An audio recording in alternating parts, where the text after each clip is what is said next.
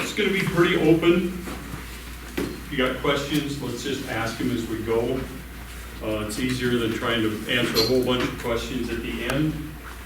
And the other thing let's keep this civil. This is an informational meeting, not a war. So I've been down that road a few times, and it's no fun for the people in the audience or myself. So I guess with that, I'll introduce myself and Andrew. Andrew Peterson is a field manager for South Dakota LTAP up at SDSU. I'm Greg Bobber. I'm the program manager for the program at the university. I come from a very local background. I'm not a university-driven guy. I'm a local-driven guy. I started my career as a highway superintendent in 1994. I served as the mayor of Wessington Springs for 12 years. I moved to Howard, and now I am the mayor in the big city of Howard, South Dakota. So we moved from a town of 800 to a town of 800 with the same facilities. But one goal in mind, and I think if you talk to anyone throughout South Dakota, North Dakota, whoever, I'm never here for the big people. Always trying to make things better for the small person, the everyday person like myself. So what we're here tonight is to discuss the road and bridge levy.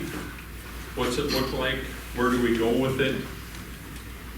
What does it mean for the citizens of Yankton? What does it mean for the citizens of Yankton County if we don't do anything? That's the goal of this. Part of what led us here tonight was, does everybody remember COVID? A lot of people have forgotten that already, right? It was a horrible thing, right? But what was it good for? Nothing. It was good for nothing. Local governments got a ton of money distributed to them during that time to spend on projects. And I don't know, from my time, I'm still not sure how being sick and maybe going to die resorts back to spending money on roads and bridges and parks and everything else, but that's what happened. So as we go through this tonight, we're going to look at some things that were caused by this also, and some things that were positive from it. So we're having a little technical difficulties, you can tell down here, but I'm going to click on a slide, and I'm not sure everyone will be able to see this. You can surely see that.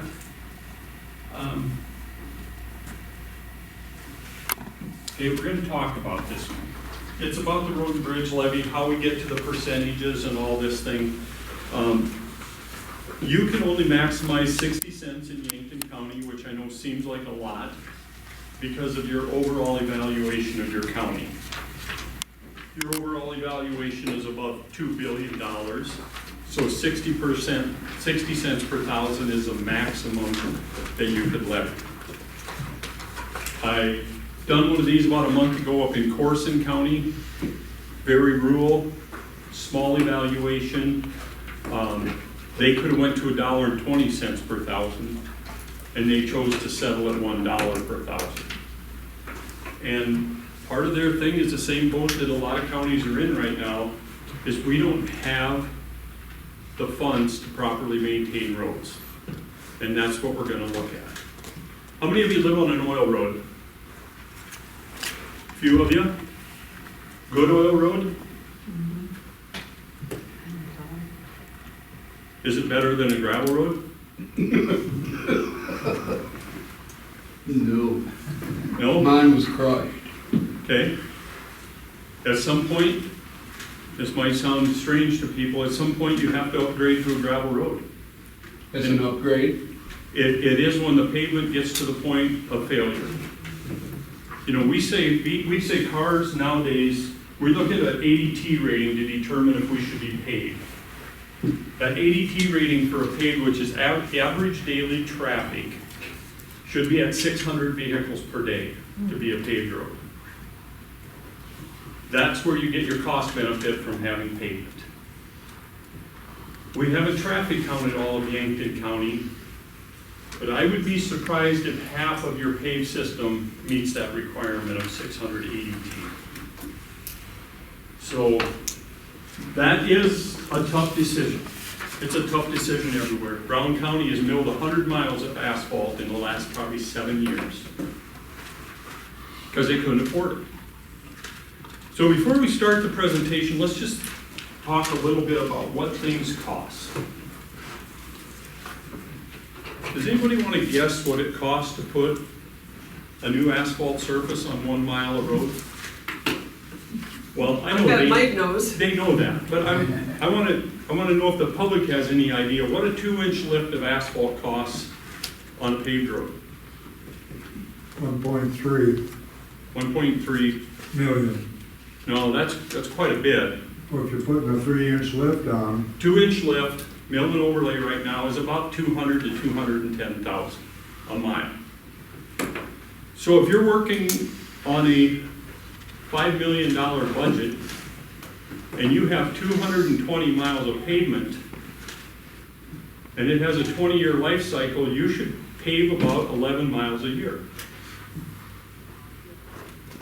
That's 2.2 million of a $5 million budget to do 11 miles of 220. So we're going to jump into some things here. I looked at the county mileage chart. There's a lot of counties in that 300 range. I'll give you an example. Minnehaha County's not up here. Minnehaha County has 249 miles of road. A $13.9 million budget. We have 306 miles of road in Yankton County. 220 of that is a paved system. So pavement to pavement miles, we're almost equal to Minnehaha County, but we forget we've got all the gravel roads left on top of that. So we're already about a third of the budget for about the same amount of miles, except they have no gravel. So if you have no gravel, your costs also are a lot different because you don't need motor graders. New motor grader today, about $450,000 for a motor grader. That is a big number. The first motor grader I bought in 1993, $94,500. So there's a big difference. And we jump down county secondary, 183 miles to add on to that. And what that 183 miles is, there were miles in an unorganized township. So if you live in an unorganized township, raise your hand. Okay? So the unorganized townships in Yankton County currently pay about $250,000 in taxes to the secondary road system. And here's one of the faults that we find when we start through this process. We're collecting $242,000 in them unorganized townships that we should be spending $242,000 in. 2024, we spent $1,158,000 in the unorganized townships. In 2025, we spent $1,547,050 in the unorganized townships. That's $1 million of services the unorganized townships are getting without paying anything for it. So how do we correct that? Only two solutions to that problem. We either opt out those unorganized townships to pay their own way, or we reduce their services down to $242,000. What's the best route there? If you go to the grocery store with a $50 bill, you can't buy $250 worth of groceries. And that's what's happening. So that's something we need to work through now that it's been brought in front of us that we either have to pay for them services as an unorganized township, or we have to have the services that we should get for $240,000. And that's gonna be a big decrease in service. If you look up at the mileage chart, 183 miles, think about that number for 242,000, but think about that number into 1.5 million. So we're gonna have to reduce services to the unorganized townships, or we're gonna have to opt them out separately. If they wanna continue with dust control and daily snow removal in the wintertime and all the things that are coming at a cost to the general road maintenance budget has gotta be fixed. There's just no way to shortcut that. We can't spend 5 times as much as we're taking in and think we're doing us a favor. Anybody have any questions on that portion of it? Well, I live in an unorganized township, and I do not get daily snow removal. I mean, most of the time, we're removing the snow ourselves. Not that the county doesn't do a good job, and we make it our road maintained once every 6 weeks. If we call, it'll be earlier, more often. So I think there are some unorganized townships that do not see that heavy service. Okay, which one do you live in, do you ask? Mine? Odessa. Odessa. So you had 266,000 spent in your township alone in 2025. That's bad. And I'm guessing by looking at the numbers, you probably paid about 43,000 in to get that type of service. I would have to run the number backwards on that, but by looking at percentages. So then are we going to keep people who don't live in those townships out of those townships? Because we have a heavily hunted area, an area that a lot of people hunt in. So I mean, it's not the only people living in that township using Okay. those roads. So there's another option out there that's available. Take your 6 square miles that's unorganized and organize that into a township. That would be huge to the county. If we could get these townships to organize into a township and govern themselves. I think it'd be great. Okay?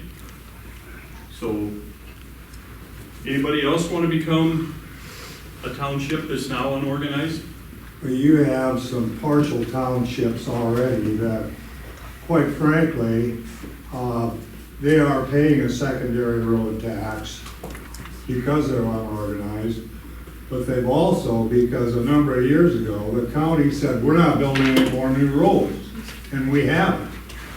And so be it. That was a good policy at the time. But you have to also understand this, that there are a lot of road districts out there, and they're paying a road district tax now, as well as the levy the county sets on them, because they're unorganized. So it's not like these people aren't paying. They're paying. They're building their own roads, and they're doing their own maintenance with the road districts. So you have to understand that, and you have to bring that into equation too. And if you're not telling the whole story. Okay? So road districts are self-taxing. If you want to be part of a Yes. road district, you pay a tax to the road district. If you- But those road districts aren't being maintained by the county or the township, That's what I'm saying. They're not. right? So they're not a burden on the county. No, road district is not a burden on the county. A little clarification on that, and I can bring it up. When a road district, Bob knows this, when a road district is formed in an unorganized township, it's a ministerial task and if the election passes. But one thing that, and this is according to SDCL 31, 12, 26, and 27, the road district then takes the secondary road tax in an unorganized township. So to say that then they create a levy is not accurate. So when we get a road district, and we get a lot of them in the lake area, the county loses that secondary road tax that's supposed to go and maintain all the roads in that township. The county loses that, and it goes to the road district. Not unless that road goes into the road district. I I have it right here if you want to. Not unless that road goes into the road district, Dan. If it doesn't go into the road district, then they aren't paying, they're still paying that secondary tax. Yeah, but they're not paying road district tax on it if it's not in the road Not district. road district, but they're paying the county secondary tax. But the point being is, there's a lot of roads, particularly out by the lake, that have been created since the late 80s, I would say, mid to late 80s. And those people don't get any county services whatsoever. No snow plow, no maintainer, nothing. The road districts take care of it. Some of them are hard surface, some of them are cement, some of them are asphalt, and some of them are gravel. And some of them do chloride themselves. But they've created that road district themselves, they tax themselves, but they don't get taxed. Once they create a road district, that's not taxed through the secondary road levy. They're still taxed the secondary road A levy. secondary road for a secondary road, but not for a road And they're district. not getting any of the service out of the county. Well, they should. Well, they shouldn't pay the tax, the secondary road tax sent for the county. Should they? They should if they're outside the road district. The people inside that road district are not paying a tax to the county secondary levy. That's in statute. That's not me making that up. I would Well, argue that we point. can share the statute with you. I'll share this with you, because I'm bringing a resolution forward to the county convention dealing exactly with that here. We got 978 road districts in Pennington County. They don't receive anything from the county because they were formed as a road district. They tax themselves for maintenance and repair. But they don't pay a secondary levy on a road district road. It's not how a road district levy works. Well, there are 19 road districts in Yankton Okay? at last tally. And that .0067 levy or road tax, whatever you want to call it, is not enough to maintain a road. I mean, we tax our members of the road district. In addition to that, we analyze what we think it's going to take us to maintain it with grading, gravel, snow removal, weed removal, mowing, stuff like that. And we have a couple of members in the district that volunteer to do most of those services at no charge to the district. And by law, we can't even reimburse them for gas or expenses. But that's not enough money to maintain that road. And the one thing about this new levy is that is going to be added on top of the members in the road district. They don't get a pass according to the law. Well, So we're gonna pay that 60 cents per $1,000 of assessed value on top of what we're already paying into our road district and maintaining the road. So does a county road take you to your road district? Or a road, or a... It does, and it's sorely in need of being repaired Okay. and fixed. It's 434 south. It's I mean, you could drive up that road and the washboards will jar your teeth right out of your head. So from that standpoint, I understand that there's a lot of people out there that use those roads that don't pay anything on them. Right. There's a lot of vacationers Yeah. that are in here, looky-loos driving around. It's hard to get to my house. I get 3 or 4 a week coming up our road district roads and up to the house and stuff, just to turn around and say, oh, well, I can't get where I thought I could get here. Right. Problem is, even though it's a road district, it's still a public right. Yes, it is. So you can't, that's what we ran into in Rapid City. They wanted to put up all these signs that said road district, no admittance, or things like that, You can't tax for something that's not open to the public. Right? So we're gonna move into what are the needs of Yankton County? Bridge funding, pavement maintenance, gravel maintenance, your culverts, your equipment, your supplies. And we'll break some of that down for you. Bridge funding is a great thing, except it comes with a price tag. You know, you apply for a big grant, for example, it's an 80-20 match, and you get awarded one that is maybe an $800,000 bridge, and your requirement is you have to match 20% of that. So that's a pretty big number, especially if you get 2 grants in 1 year.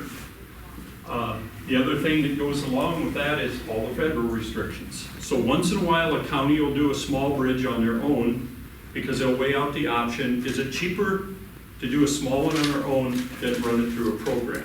So you will see some locally led bridge projects. That to me is a good thing. If you can get the same amount done and you can do it on a timely manner, the big program is great. It helps a lot of counties fulfill the bridge needs. But you get a grant for the design work for it. And a year later, they bring the design to you and now you put it back in to see if you get a big grant. And then the next thing you know, yep, you're gonna get a big grant, but it's gonna be for 2030. So now you're 3 years down the road with that. And some of these small bridges, we just go out and we let them locally. Contractor comes in, does them in one summer, they're done, and they're out of here. We don't have that big timeline pushed out. Dollars to improve the big grant score. And here's what happens in small counties or counties like Yankton County that don't have a big excessive budget is you've got the big counties, Minnehaha, Lincoln, Pennington. Those counties are taking extra money and throwing it at this big score for added points. If they match 25%, they get more points. If they go to 30%, they get more points. I kind of refer to that as you pay to play. But if you don't have the money to play, you don't get to do it. You get stepped over by all these counties that are putting all the extras in. The ones that have the $5 wheel tax on the maximum wheels, they get extra points. They put in more money, they get extra points. They have more traffic, they get extra points. So you can see how, even though we go around and around about this with folks, it's harder for mid-level counties to me to get a grant. But they're battling right now to try to keep the big program afloat with the dollars that are out there. You know, they're working on the Platte River Bridge right now. I don't know if any of you seen that bid come in. Talk about $300 million. Greg, what's the bridge improvement grant? What is that 15 or 30 million? What is that at? They're looking to take that to 16 million. But it's at 15 million now. Right. It's been that way for Ever. many Well, years. 2015 is when that program started. It originally started out as a $6,000, and now it's at a $15,000, one-time jump to 15,000.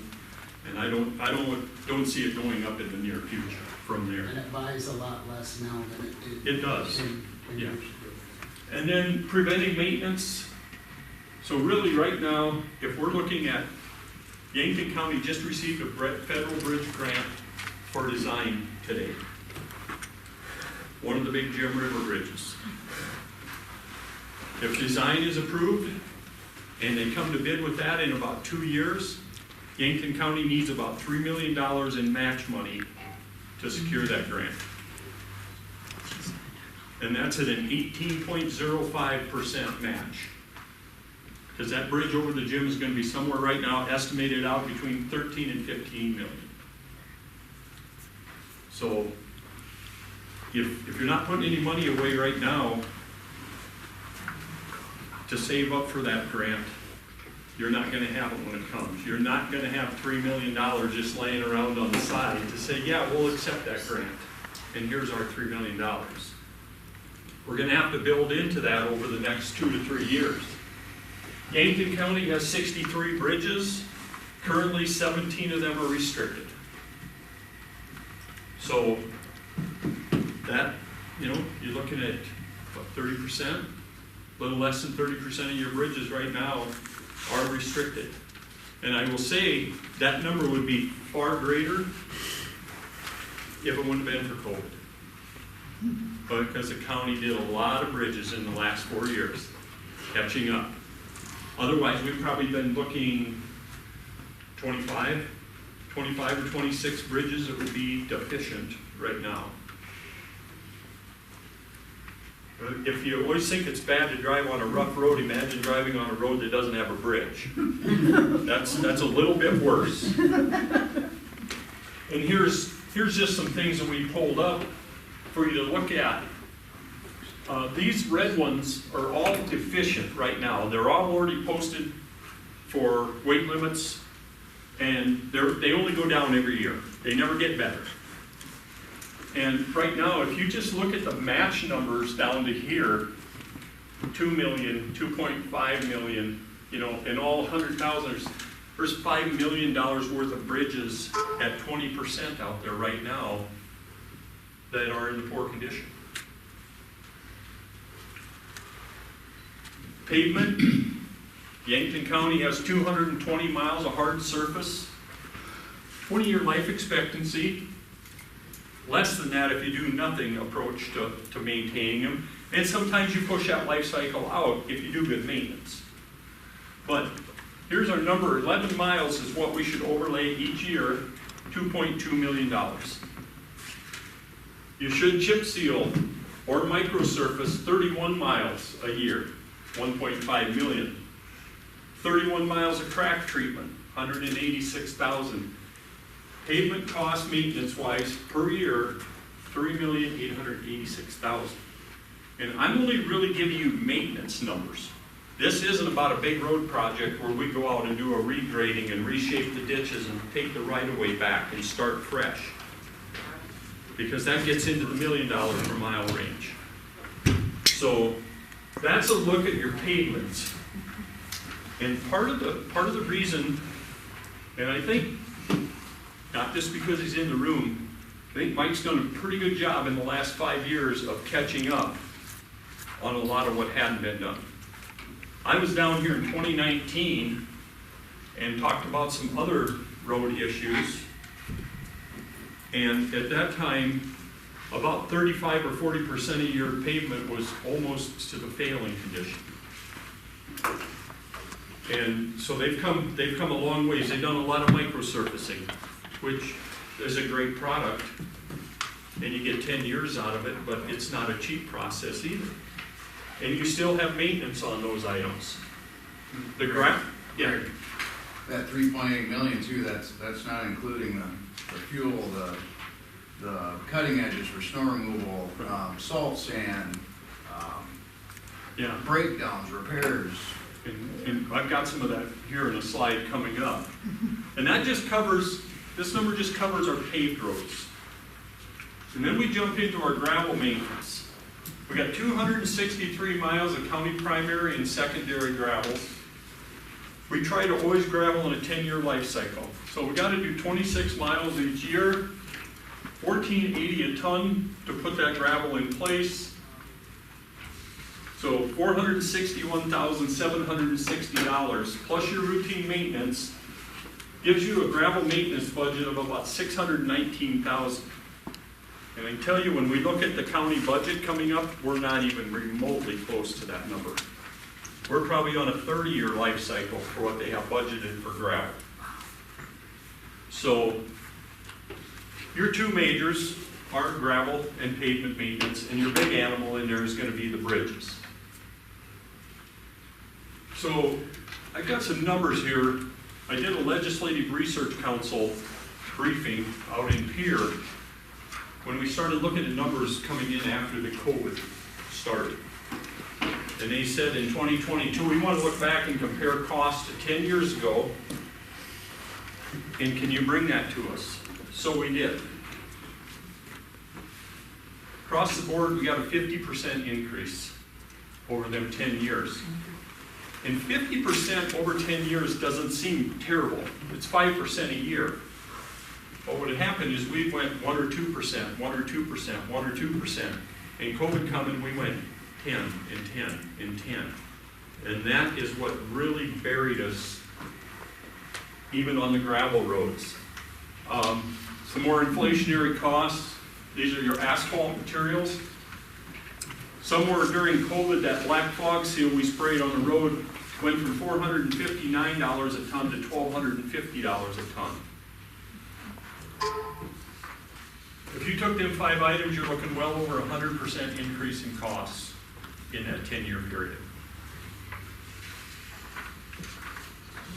Equipment costs, 2012, we bought our new motor grader for $234,000, and 10 years later, $444,000 for the same size machine that does the same work. A little more technology, I understand that, but that's a huge jump in 10 years. A front end loader from 166 to 377,000. And I'll share any of this with anyone in the room if they want it. So we looked at pipes because Yankton County has a lot of culverts. Everybody in this area has a lot of culverts. Our 108-inch pipe went up exactly 100%. They were just about 100% across the board over 10 years. So we talked about the gravel budget back there, what was needed for gravel. $619,000 to do maintenance. I pulled Mike's budget, and his gravel budget is $225,000. So he's 1/3 of what he needs to do a 10-year life cycle on his gravel roads. And there's more of this to come. Here's what the county had been allocating to the general fund for the road and bridge. 2019, $700. 2020, $1.5 million, and you can see the numbers. Why do you suppose it jumped so much from here and here to there? What do you think went on in that period of time? COVID money. COVID money. Exactly. It was all COVID money that was getting spent. Is it great they spend it on road and bridges? Absolutely, because they did some catching up. But 2025, did we get COVID money? No. No. But we still supplemented the budget that much. And now the general dollar fund is down because we've overspent. Needs, excluding equipment, if we put all this down on paper for just the things that we're talking about tonight, our bridges, our pavement, our gravel, and then equipment and supplies this year, about 1.24 million, salaries and benefits, 1.54, is 8.745. And what I don't have in there are some big items, like road projects. In Mike's budget, he has,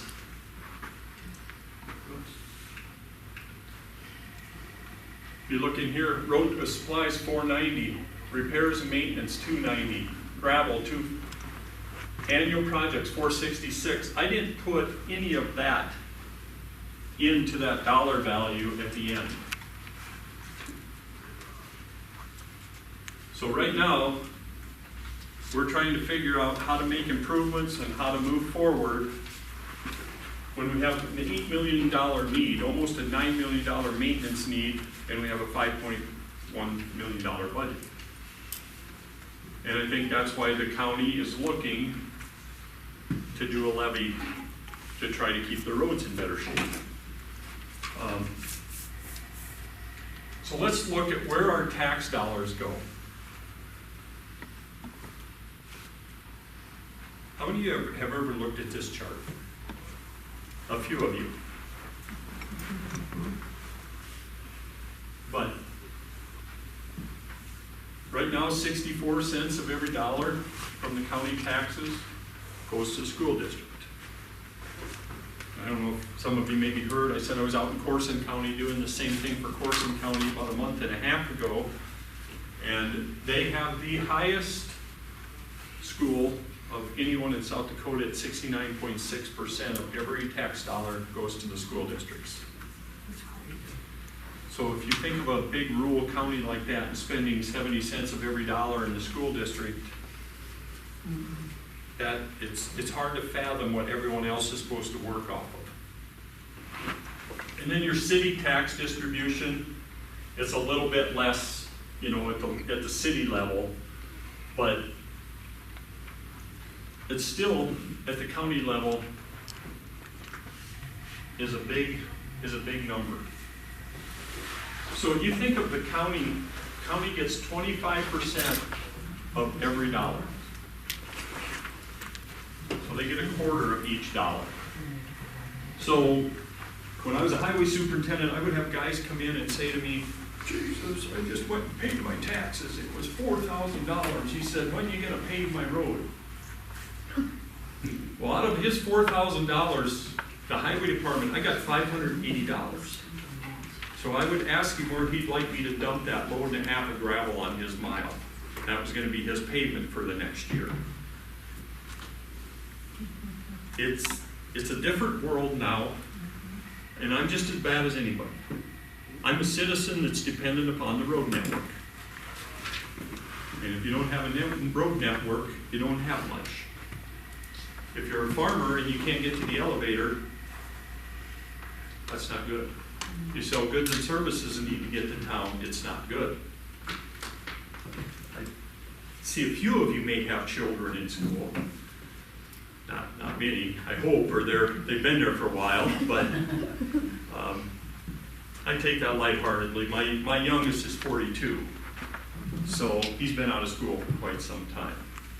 But I think of the school buses and the kids. How many of you ever think about fire, ambulance, all them services that need to get to rural Yankton? And without good roads and without good bridges, that's what you have. How many of you know where Bruce, South Dakota is? So years ago, they had a fire up there. On a bridge, they couldn't take a fire truck across. Hard to put that fire out when you can't get there. So bridges are very important, especially to medical services and fire. So public roads are a necessity, right? We have to have them. Good public roads are vital to a community. And with that, I will open it up for any questions that you may have, anything that I can possibly answer for you.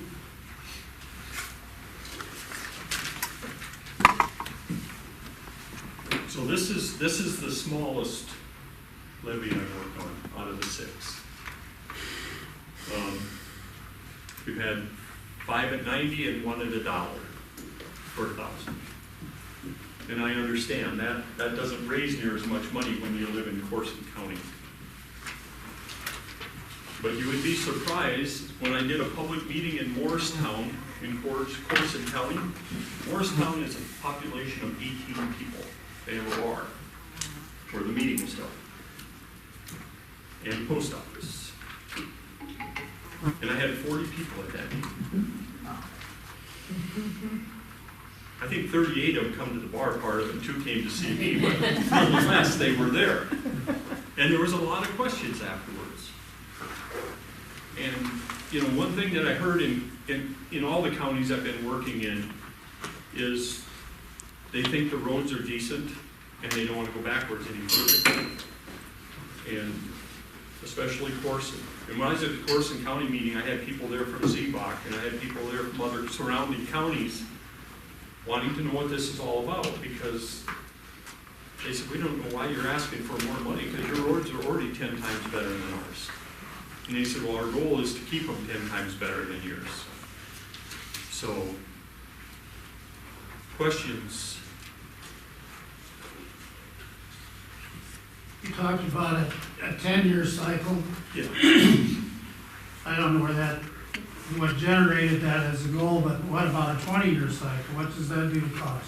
Okay, who was just talking about how terrible the roads were now? That's what happens when you life cycle a road out.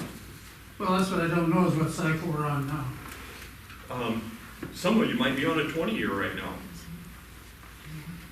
I don't know that for sure, what cycle you're on, but that's what so we published the Federal Highway Manual on gravel roads. And that was the standard that was used as a 10-year life cycle on moderate to highly traveled gravel roads.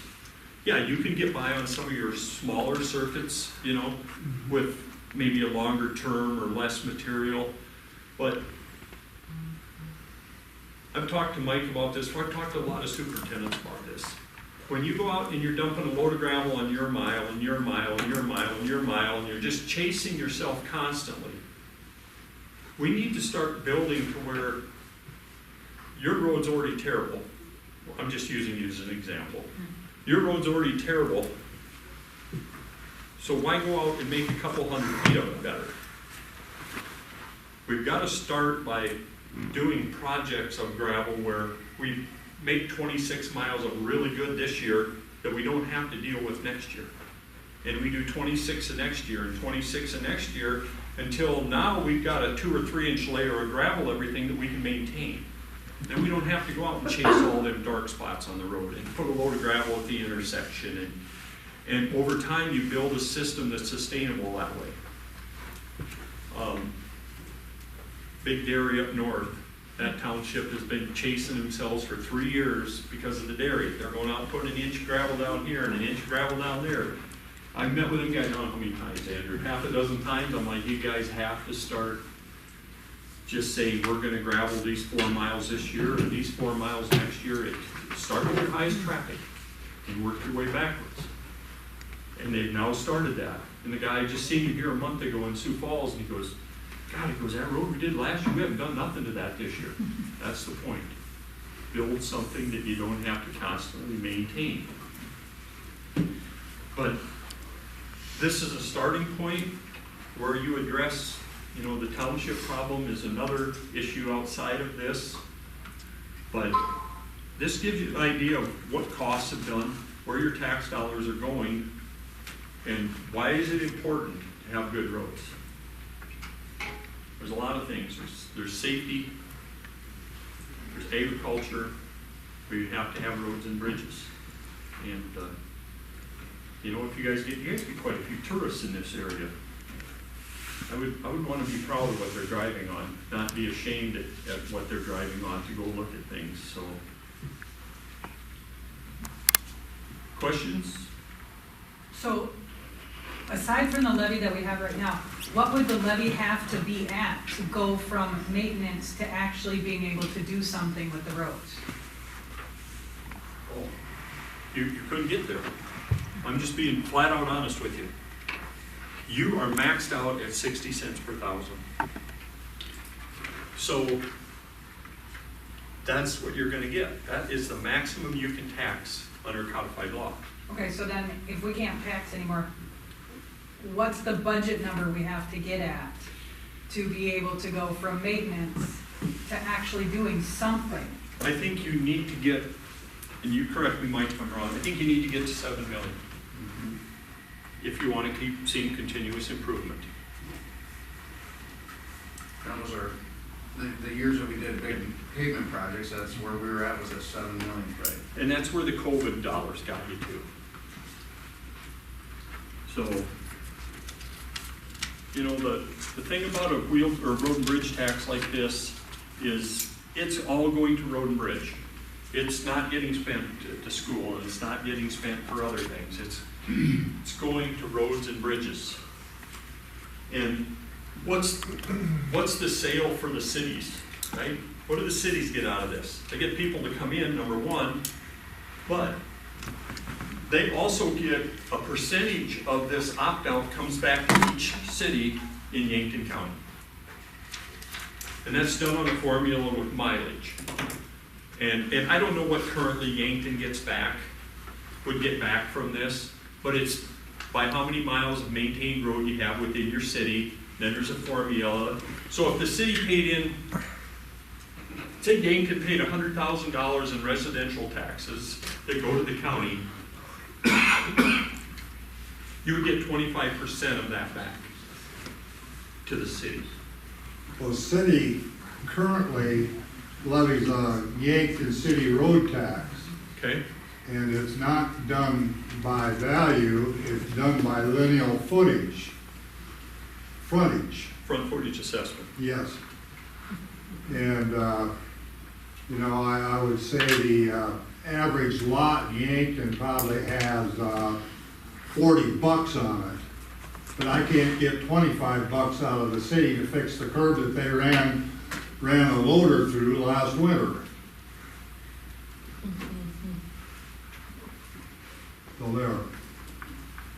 Well, And that's one of the real heartburn with this thing, is you're giving the city of Yankton $123,000 out of this. I'm already paying for lineal footage. I get nothing back out of it. They always want to put a special assessment on when something needs to be done, and then they tell me the curb and gutter was put in wrong. It was put in wrong. Where was your inspector when you built this?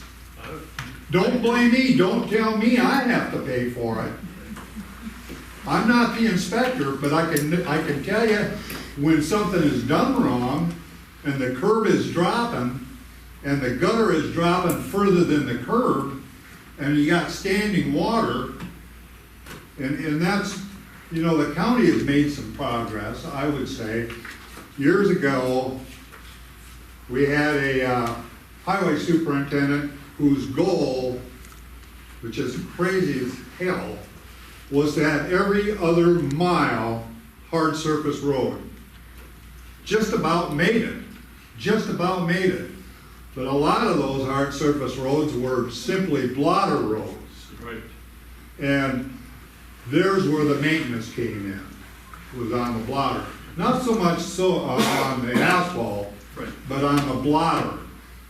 And the way to fix it for many years, up until about 12 or 15 years ago, was any asphalt road, any blotter road that had breakup in the spring, they'd dump a half a load of asphalt on it, take the maintainer and run it over. That's not how you fix a road.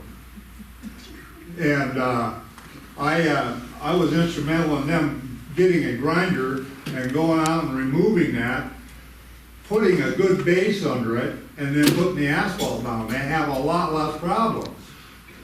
But that was a problem years ago, and that's part of what you're supposed to be doing with LTAP. You're supposed to be providing workshops and manuals for our counties, and you're doing some of that. And you're supposed to act as an educational technical resource, not a tax policy advocate. And you're doing that, but you have to also remember, you're not a tax policy advocate. You're not to be that. I'm not That's here to not in your advocate job that. description. I'm here to lay the data out for you, is all I'm doing. I don't go to peer and I don't testify. If I'm called upon to come out for data, I come out and do that. But I don't go out there and sit on something and promote a bill or try to help it through, nothing like that. That's not our position. I didn't come down here tonight to tell you you had to pay taxes. I come down tonight to show you where your tax dollar goes, where your needs are at, and where the money needs to be spent. I don't consider that to be a tax policy. That's not up to me. That's up to these folks. And if there's fault in all of this, you know who we need to go to, right? We need to go to the legislature. They have to set their priorities, and it hasn't been done for a while. But you never mentioned priorities, and it has to be done. But I do have a question on the slides you were showing. You go back a couple, and you were saying that we needed like $7 million, $8 million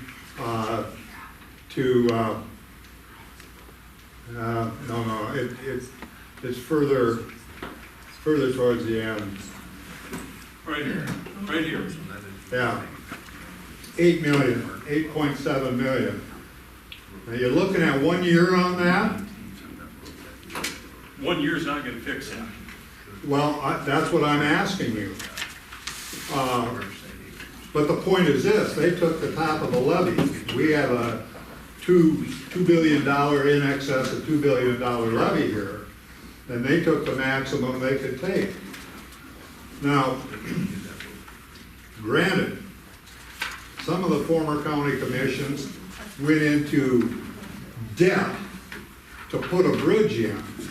And I went out to one of those sites one day and I asked the contractor, why is this taking so long? He said, the first thing is, we should have never been building this. We should have put in a precast bridge. Would have been a hell of a lot less money, and we could have had it done in 3 weeks. But that wasn't the way it worked. So sometimes our county commissions aren't looking at where they can spend money or where they can save money. And, there's a lot of things. There was a road committee put back together a few years back on the hard surface roads in the county. What can we do with them? And it was decided by that committee that they should be ground up, the asphalt should be recycled and laid back out again. It never got done. The roads got ground up, but the asphalt never got ground up and heated up and relayed. And that's part of the problem. It's the county commission's fault that it didn't get done at that time. But that was the recommendation by that road committee, which would have helped immensely in the county. Yes. Now, the other issue I have is farm to market roads in the county and hard surface roads in the county that may go through an unorganized township. Now, who's gonna pay the tax on that? Well, that's not taxable, only for these guys to tax the secondary roads. Well, if the farm to market, regardless of whether the county, whether it's organized or not, if it's a farm to market road, or if it's a hard surface road, that's the county's responsibility, whether the township is organized or not. So if you're an organized township, you're responsible for your farm. Not the farm to market. You gotta define farm to market. You can't have a farm to market to every farm. You County what? primary, that would be on the county primary system. It would be your road farm to markets. You have county primary, county secondary, and township. I'll bet you that if you go out and argue that point with 100 farmers in Yankton County, you'll get lambasted by all 100 of them. Well, then they should read the statute. I don't write the laws. That says you have county primary, county secondary, and township road system. That's been there for ever. And it's, yes, done. Do you have the information on Spink County? We're talking about farmers, and I came from Spink County, and they've got one hard surface county road going north and south about maybe 20 miles, and one short east-west one, and the rest is gravel, and those farmers get along damn well. Well,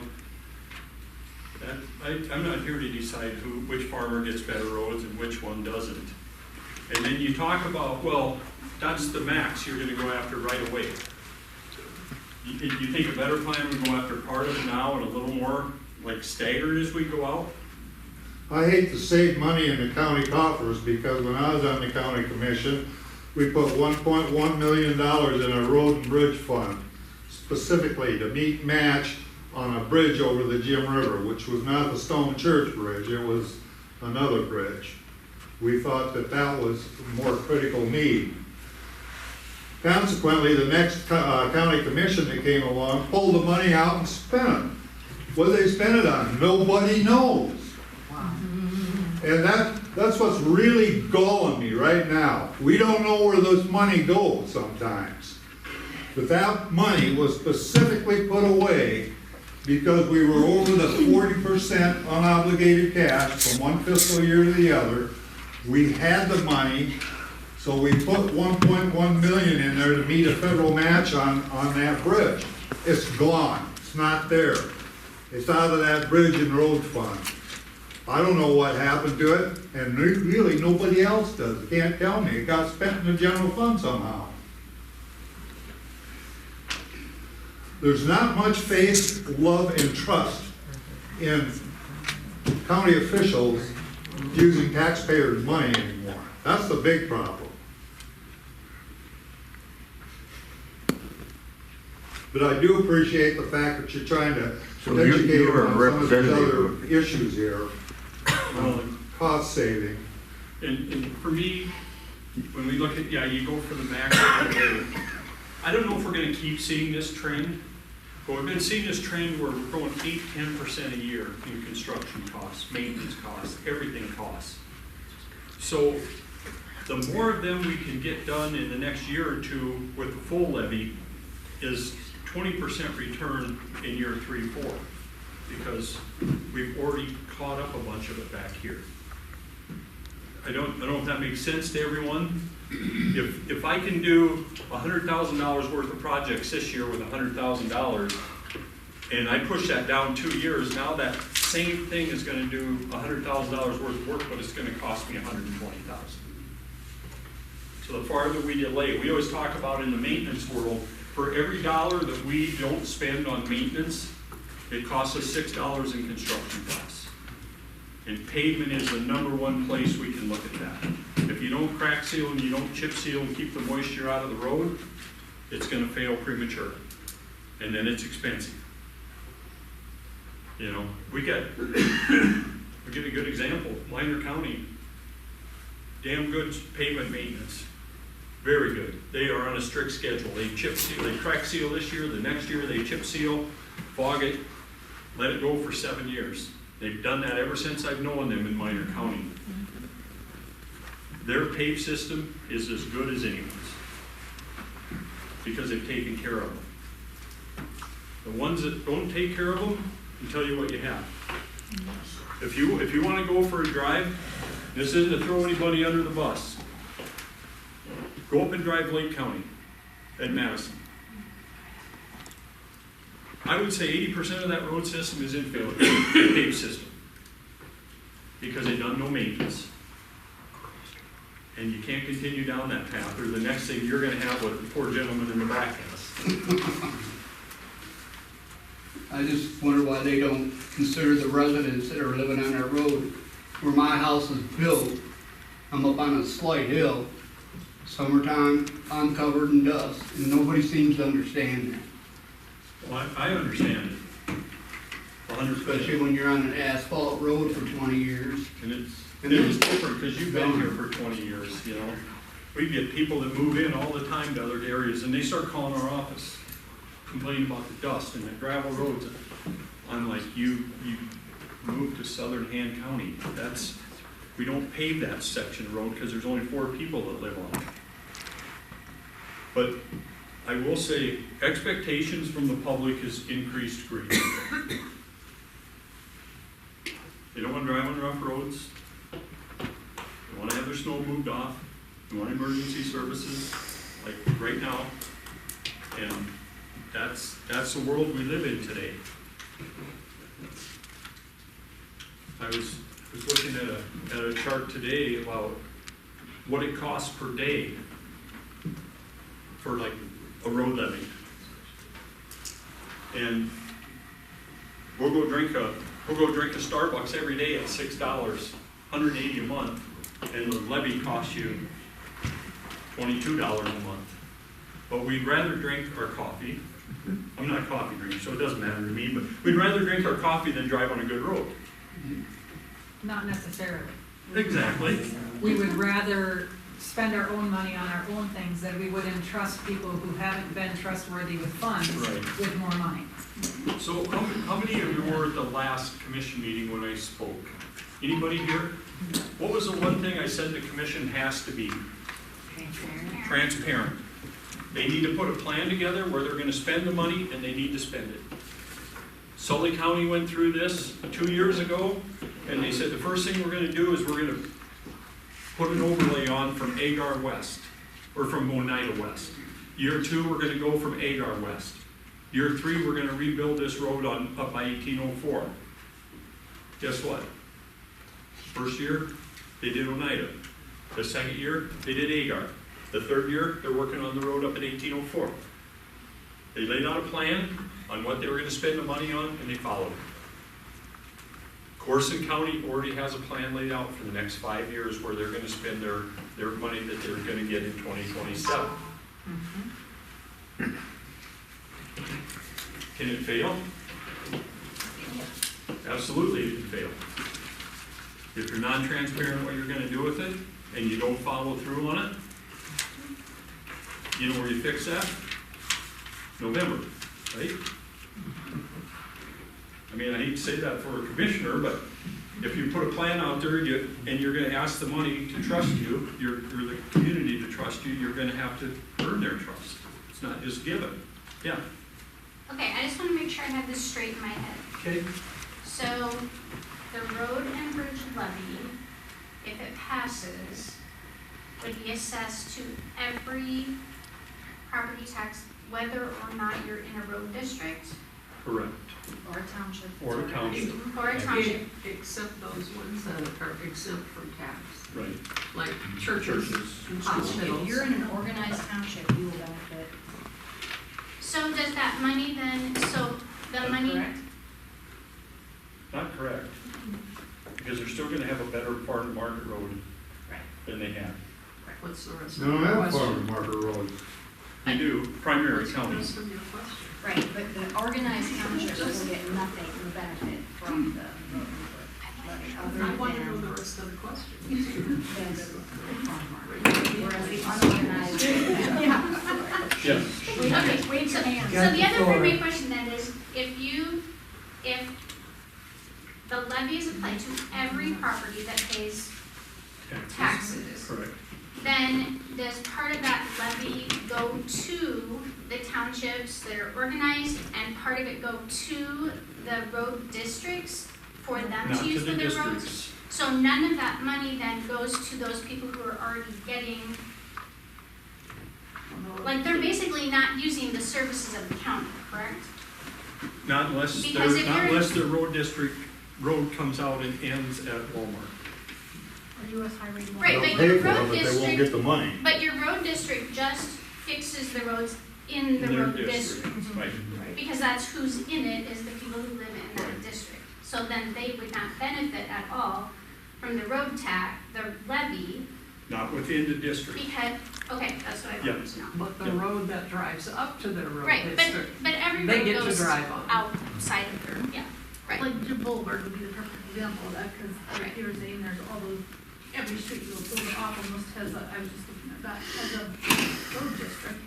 Some of them just have their own, and like Crestview has one, but they all use their boulevard to get to their property. That's a great. Yeah, they don't do anything on your boulevard. Right.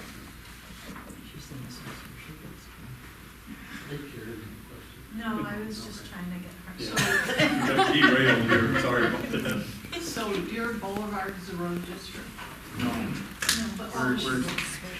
Oh, that was just an example. What they're getting at is like all the road districts people are paying on, their money goes to their road district and they're not paying for anything on your boulevard. They're getting to use your boulevard. So To get there. can you define primary road and secondary road? Yeah, you got people that maybe don't have internet. So that primary and secondary roads is all done by inventory and here. And the county can select which are primary and which are secondary. But if they're on a federal aid route, they have to be primary. Because I don't know how many federal aid routes you got, Mike. A lot of them are federal aid, so they have to be on the primary system. So the secondary system would compose of those county roads under the jurisdiction of the county that aren't on the federal aid route. And then county secondary is county roads that are maintained, or township roads in unorganized townships that are maintained by the county. So you have, So it doesn't matter if they're oil or gravel? no, you can It's have just primary gravels. who is Right, in charge of right. taking them. Who takes the maintenance on those? So you have 7 unorganized townships in Yankton. Well, 2 of them are partial. So what's the cost benefit? South Ziskoff and South Mission Hill, South Utica, are about half the size of what calls for a township. Then you have a full township in Ziskoff, Central, Lesterville, and one other township that is not organized. Mission Hill? Mission Hill is organized, but South Mission Hill is not. Yeah, Mission Hill South is not. You Are can- there any statistics on the cost efficiencies comparing, if you were comparing how much money a road district is spending doing it themselves compared to the cost per mile for a county to maintain it? I don't, because I don't know what they're taxing and I don't know what they're spending in a road district, because I have no knowledge of that. You know, that's all done within. Sir? And there's no need for transparency, because only those people need to know. Right. The other side of this is, if we talk about damage to the roadway, 9,000 cars, passenger cars, structurally, it takes 9,000 cars to do the structural damage of one legally loaded semi. I'm sure you've heard that a million times. So, if it's 9,000 cars to one legally loaded semi, what do you think an unlegally loaded semi does? The 10% that we get out of the field during harvest, our damage ratio goes from 1.0 to 1.5. We do 50% more damage with that 10%. And I fought that for 10 years. And when do we haul grain out? It's spring. Let's put the load limits on, because then we know when the load limit sign goes up, it's time to start hauling grain to the elevator. That is when the roads are the most susceptible to damage, especially our paved roads. Because now we've got frost trap between the hard surface and the soft subgrade, and when that comes apart, that's when you see the big potholes start in the spring of the year. The biggest problem we have, this has nothing to do with the sheriff in the back, is I don't care how many signs we put up, Nobody listens. who regulates it? I mean, you guys aren't carrier enforcement, you're not out there regulating overload limit trucks. No, but we can call the troopers to come in. Yeah, you can. And they are supposed, if I were to stop a semi, they have to give me all their information on that Right. semi, their load, all that stuff. And the county, in order to get all their state funding, sends a letter every year to the highway patrol asking them or giving them permission to do weight measures on the county road system. But we don't have a lot of weight measures people out there anymore. That's why they stations, that's why they're taking secondary roads. That's what happened to your road. Yes, sir. Yep. They also swing down. Guilford and the Black Hills is a good example. And they go past the Elk Creek Road, when the scales open, we just multiply the truck traffic on Elkville because they can get off, go all the way over and come out into Flying J and Rapid City, all on the Meade County system. I'm not faulting the weights and measures people. I mean, we have a lot of semi-trucks, a lot of traffic. Well, it's difficult for them, and we all have to understand that. They may be a legal weight when they leave a scale, but that load shifts, and that's where you get the overweight on axle, is when that load shifts. It's no fault generally of the trucker or the farmer. It's just the nature of gravity and the nature of the beast. When you drive a semi down the road 60 miles an hour, that load is gonna shift. And many times when you see a trucker is fined for overweight, he's not actually overweight. He's overweight maybe on one axle, but maybe two other axles are not overweight.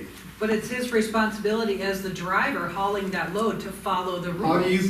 How do you keep a load of soybeans all in one spot? It's like putting a bunch of rubber balls in an empty trailer and expecting them all to stay in one spot. It doesn't. Grain moves. Well, most farmers I've seen, all I've heard, and I'm not trying to blame them, just fill this trailer up to as full as we can get it, and let's get her to market. I was talking to a farmer about that, and he said, got a super hopper and I can see the corn over the top of it. He was, oh God, I'm sorry about that, Greg. He said it was the last round of it. I said, you had 11 last rounds today. Because every one of them was like that. It wasn't the last round that they were taking out of the field. They were in the middle of the field. We had a tandem truck on a 24-ton bridge with 101,000 pounds on it. That is not a load shift. That is this shifting in the guy that was driving across the bridge. So, yeah, I can't change the past. I don't know where the $1 million went from how many years ago. I don't know how many years ago that was. About 12, 15 years ago, but that's water under the bridge. You aren't ever gonna see it again. Right. Yeah, but don't they have checks that show where the money went? Gary, I think that was before I mean, it's not Wanda like it and just all our time. disappears. It went to the Before West you City- guys came on. West I City can give Village names, Road. but I'm not going to. I think that went to the West City Village Road, but that was before my time. Any other questions? No, just talking to the public, Greg, a lot of people are saying, well, why doesn't the county, charge fees and all that? Really, we're limited to, for road and bridge funding, wheel tax, which we already have, and a road and bridge levy. We are only given the tools our legislators have given us, and the tool for road and bridge funding is a road and bridge levy. And I'm just for citizen awareness, and we did put a 2-year sunset. Have you ever seen it? I mean, that's pretty rare. I It know is. talking to Hutchinson County, they did. 5-year max. Yeah. That's what all that I've worked on so far have been 5-year. So yeah, 2-year. So is there another tool aside from the road and bridge levy? I guess that's a question I get a lot, and I'm not aware of any. There isn't.